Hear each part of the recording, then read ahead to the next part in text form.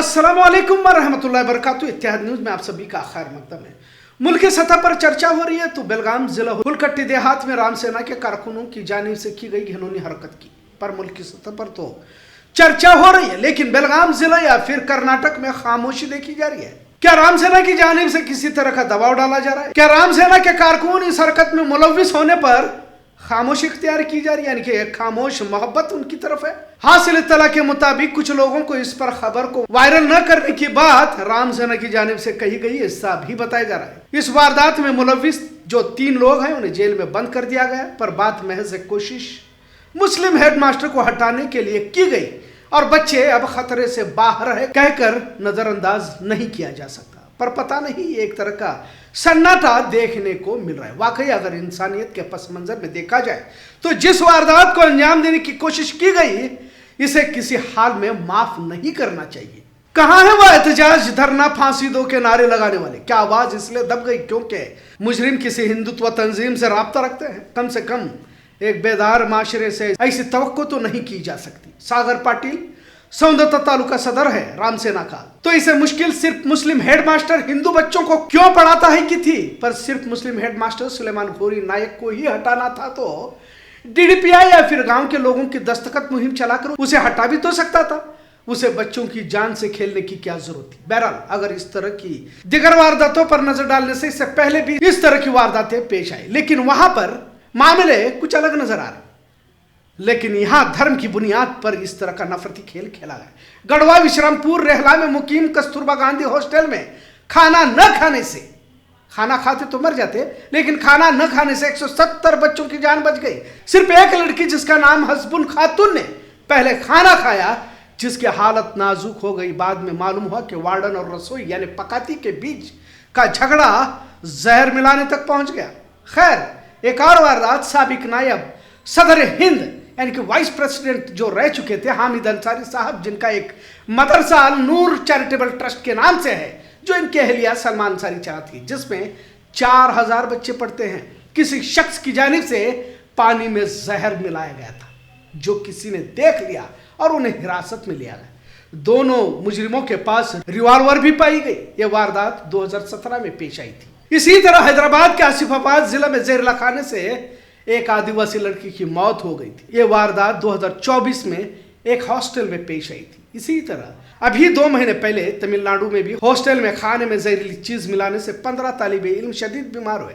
खैर, ऐसी कई वारदात इससे पहले भी पेश आई है, पर उन कहानियों का पस मंजर कुछ अलग था। पर जो हरकत बेलगाम हुलकट्टी में पेश आई वो शर्मनाक इसलिए कहा जा रहा है क्योंकि स्कूल के बच्चे छोटे हैं। इन मासूम बच्चों को तक जान से मारने की तक कोशिश करना ये बहुत ज्यादा तकलीफ दे, और उससे भी ज्यादा तकलीफ अवाम की खामोशी पर है, कहा जाए तो गलत न होगा। पुलिस ने कार्रवाई की, 3 अफराद हिरासत में भी लिए और साथ में राम सेना का जिम्मेदार ही इसका असल मास्टरमाइंड था, यह भी मालूम हुआ। पर बच्चों की जान लेने वाले से आखिर मोहब्बत क्यों और किस बुनियाद पर कुछ लोगों को यह मोहब्बत उबल कर पेश आ रही है, यह समझ से बाहर है। यकीनन अगर सोचते हैं तो ताज्जुब लगता है। अगर यही सोच इस हद तक पहुंच चुकी है तो इस माशरे का कुछ भला होने वाला नहीं है। कर्नाटक के वजीर आला सिद्धरामैया ने कहा कि बसवेश्वर की सरजमीन पर इस हद तक नफरत पनपना सही है क्या? मुझे यकीन नहीं हो रहा कि कुछ नफरती इस हद तक भी पहुंच सकती है। यकीनन सिद्धरामैया ने अफसोस का इजहार भी किया और मजम्मत भी की, पर राम सेना पर पाबंदी की मांग क्यों नहीं की? क्योंकि राम सेना का मुखिया प्रमोद मुतालिक कुछ नफरती बयान देकर अपना मकसद तो हासिल करने की कोशिश हमेशा करता रहता है। सभी जानते हैं कि गोरक्षा भी अब एक कारोबार बन चुका है और इसमें ज्यादातर राम सेना के ही लोग मुलव्विस होते हैं। किस तरह से जानवरों की खरीदो फरोख्त खुद गोरक्षक बनकर करते हैं, इस पर 12 बहस हो चुकी है। लिहाजा मुस्तकिल किसी न किसी नफरती वारदात में शिरकत इनकी देखी जाती रही है। बहरहाल कोई भी नफरती गिरोह अपने हुदूद को पार करता है तो कार्रवाई सख्त होनी चाहिए, और हुलकट्टी में मासूम बच्चों के कत्ल की कोशिश इंतहाई शर्मनाक ही कह सकते हैं। पर फिर एक बार कहता हूं कि आवाम की खामोशी और हुकूमतों का डूलमोल रवैया क्या पैगाम दे रहा है? आज बेलगाम मुस्लिम मुत्तहिदा मंच और हिंदी उर्दू जर्नलिस्ट एसोसिएशन की जानिब से डीसी दफ्तर में जाकर राम सेना पर पाबंदी की मांग की गई। वारदात को पेश आए वैसे भी 20 दिन हो चुके हैं। 14 जुलाई को इस घिनौनी हरकत को राम सेना तालुका सदर सागर पाटिल, नागनगौड़ा पाटिल और कृष्णा मादार ने अंजाम दिया। एक और एंगल इसमें देखने की जरूरत है। कृष्णा मादार जो पिछड़ी जाति से आता है। कैसे मुस्लिम मुखालिफ कामों में इन लोगों को इस्तेमाल किया जाता है, और यही मनुवादियों की चालाकी है। पिछड़े दलितों को कांवड़ उठाने लगाएंगे, फसाद जुलूसों में इन्हें आगे कर देंगे और मुसलमानों के खिलाफ साजिश को अंजाम देंगे। बात को बड़ी संजीदगी से सोचने की जरूरत है। कांवड़ यात्रा के दरमियान जो सड़कों पर हुल्लड़बाजी हंगामा बर्पा किया जा रहा था, कौन थे ये लोग? इस पर भी तो गौर करने की जरूरत है। पूना यवत गांव के मस्जिद पर भगवा फहराने वाला किसी हिंदुत्व तंजीम के लीडर का बेटा नहीं था, और इस भगवा परचम लहराने के बाद फसाद बड़े पैमाने पर महाराष्ट्र में फूट पड़े, लाखों का नुकसान हुआ। हिंदू मुसलमानों में नफरत की दीवार और वसी हो गई। कहने का मतलब, इन तमाम वारदातों से किसको फायदा होता है? महंगाई को बढ़ाया, बेरोजगारी को बढ़ाया, बेरोजगारी ने फसादी बनाया, और हुकूमतें चाहती हैं बेरोजगारी बढ़ जाए ताकि इस तरह की हरकतों को अंजाम देने वाले नफरती चिंटू समाज में बड़े पैमाने पर चहल पहल करने लगे। यूपी में हजारों स्कूल बंद हो चुके हैं। जब बच्चे स्कूल नहीं पढ़ेंगे तो कल को यही बच्चे दंगाई बन जाएंगे। तभी तो स्कूल के गेट बंद करके सियासी लीडरों के दरवाजे खोले जाते हैं। सियासी पार्टियों के परचम थामकर जुलूसों में भेजकर मस्जिदों पर भगवे परचम लहराए जाते हैं। और जब नफरत सर चढ़कर बोलने लगती है तो अपने खुद के ही मजहब के छोटे बच्चों को एक धर्म की नफरत में मारना इन्हें मुश्किल नहीं लगता। लिहाजा इतनी बड़ी वारदात के बाद खामोशी जहनी गुलामी की गवाही देती है। राम सेना पर पाबंदी की मांग मुस्लिम समाज की तरफ से की जा रही है, पर दिगर समाज के लोग खामोश क्यों हैं? यहां तक के हुलीकट्टी गांव के लोगों की खामोशी समझ से बाहर है, क्योंकि इस गांव के बच्चों को मारने की कोशिश की गई। क्या इस बात का जर्रा बराबर भी एहसास इस गांव वालों को है या नहीं? मैं एक स्कूल का हेडमास्टर, मुस्लिम होने की बुनियाद पर बच्चों को जहरीला पानी पिलाना किस हद तक लोग पहुंच चुके हैं। पर जो भी हो, कर्नाटक रियासत, बेलगाम जिला और हुलीकट्टी सुर्खियों में तो है, पर खामोशी बेहिसी का इजहार जरूर कर रही है, क्योंकि ये किसी धर्म का मसला नहीं है, ये मुसलमानों का मसला नहीं है और ना हिंदुओं का मसला है, इस समाज का मसला है, बल्कि इंसानियत दम तोड़ रही है जब बच्चों को मारने वालों पर यह समाज खामोश रहने लगे। आज का मौजू कैसा लगा इस पर जरूर कमेंट करें। इत्तेहाद न्यूज़ देखने के लिए शुक्रिया। अल्लाह हाफिज। सर, बेलगाम मुस्लिम समाज वक्फ और हिंदी उर्दू पत्रकार संघ की जानिब से हम आपके पास आए हुए हैं।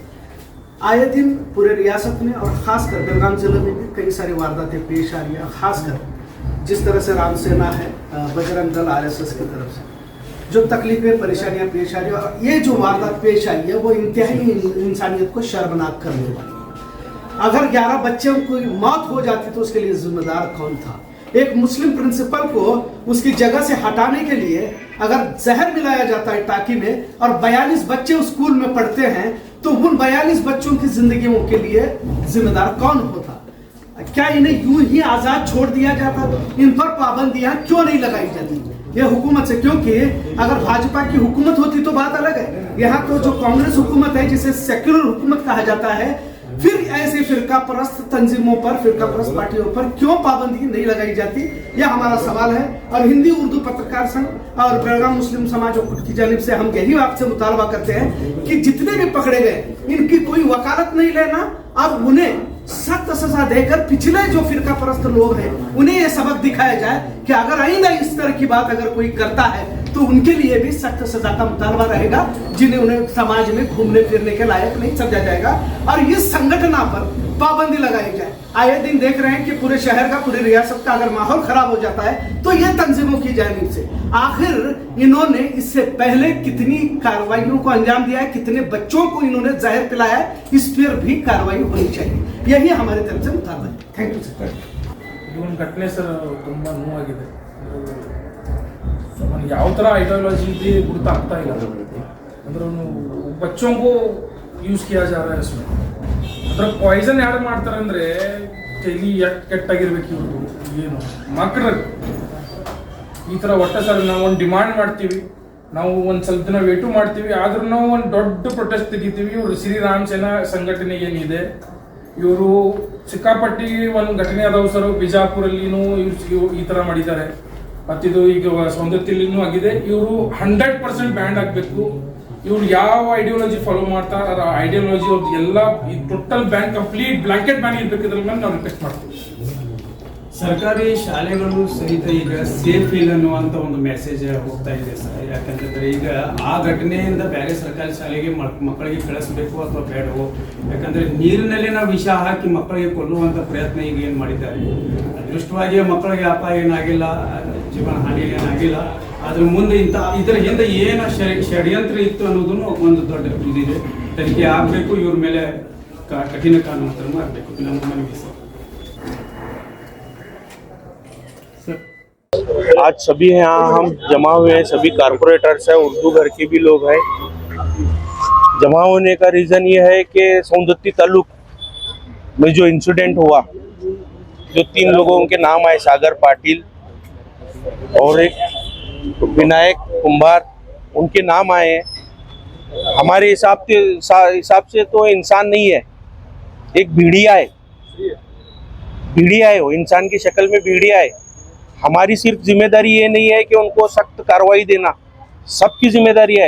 आज हमारे भी घर में बच्चे हैं, आपके भी घर में बच्चे हैं। आज हम खामोश बैठेंगे तो कल वो हमारे घरों में भी आएगा। जाती मुफाद के लिए इतनी घिनौनी हरकत करना इंसानी किस्म का आदमी ये नहीं कर सकता, एक भेड़िया ही है ये। तो हम सभी कारपोरेटर्स और सभी ये लेके जाके सोशल वर्कर्स मेमोरेंडम दिए हैं कि उनके ऊपर सख्त से सख्त कार्रवाई हो। इनको उम्र कैद की ही सजा ही होनी चाहिए कि दूसरा इसके बारे में कोई सोचना भी नहीं पाए। उनके भी बच्चे होंगे, उनकी भी बीवी होंगी, उनकी बीवी को क्या जाके जवाब देते होंगे वो? बच्चों को लेके अपनी आइडियोलॉजी करना ये सही नहीं है। हमारे तरफ से जो कुछ बंद होता है, सरकार को जो कुछ देने का है, हम कारपोरेटर्स भी देते हैं, हमारे एमएलए साहब को भी बोलते हैं